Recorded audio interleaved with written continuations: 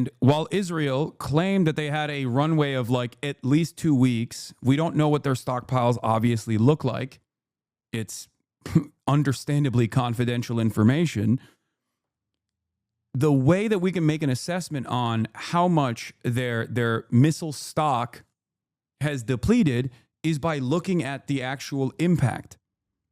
And considering that early on, when Iran was expending their older missiles and sending barrages, sometimes 100 at a time, and having most of them get intercepted with like 1 or 2, if not 10, directly striking Israel. Now Iran is spending. Iran is sending ballistic missiles, maybe 2, 3, 4, 5 at a time, and the actual percentage of successful strikes has increased dramatically. It went from 10% success rate to like fucking 60%, 70% success rate. That is a real issue for Israel. So either they have to keep flying over Iranian airspace that they now dominate, as their claim is, and try to find the launchers and blow them up as quickly as possible, with the hopes that they don't have additional launchers out there that they can still continue lobbing hypersonic missiles directly at Israel's direction, which that's what they've been trying to do. Or they have to magically invent new missiles, and there's only a finite amount.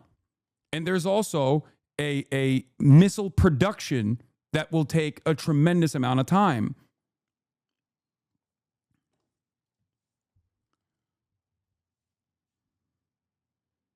I was skeptical of hypersonics before this war, but these attacks show me that they're extremely effective. Yes.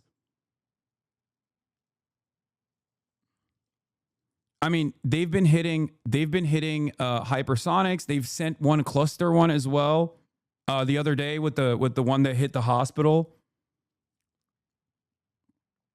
What does it mean to mine the Strait of Hormuz? The Strait of Hormuz is like a 32 is it 32 miles or 32 kilometers? It's like a very small. It's a much tinier waterway. That 33-kilometer waterway that Iran could take complete control over with mines. It's very narrow. It's a narrow passage in a obviously like a much broader sea. This is here it is, the satellite image. The Strait of Hormuz is a strait between the Persian Gulf and the Gulf of Oman. It provides the only sea passage from the Persian Gulf to the open ocean and is one of the world's most strategically important choke points. Now, the reason why it's a strategically important choke point is because 20% of all of the global oil comes from that choke point. It has to pass through.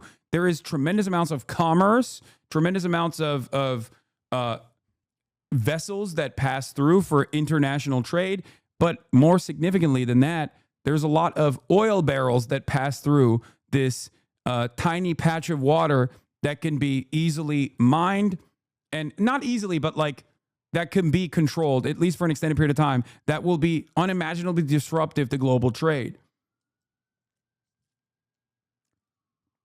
Yeah, a third of the world's liquefied natural gas and almost 25% of total global oil consumption passes through the strait, making it a highly important strategic location for international trade. It has been so for centuries. Its vast hinterlands were rich in luxury trade goods with no easy access to lucrative trading ports. And as of today, the Iranian parliament voted to close the Strait of Hormuz in response to recent U.S. strikes on Iran nuclear facilities.